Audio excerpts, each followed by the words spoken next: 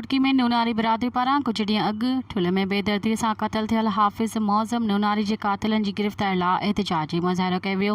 मुज़ाहिरे जी अॻुवाणी मरकज़ी वाइस चेयरमैन ऑल पाकिस्तान नूनारी एसोसिएशन फ़क़ीर अब्दुल रशीद नूनारी, लाला रियाज़ पठान, गुल हसन चाचड़, जान मोहम्मद मल्हण, ग़ुलाम मुस्तफ़ा मेहर, मक़सूद मेहर, अब्दुल बाक़ी नूनारी, महबूब अली नूनारी, अब्दुल कादिर नूनारी, अब्दुल बासित नूनारी, जूनियर मोहम्मद बख्श नूनारी ऐं ॿियनि कई।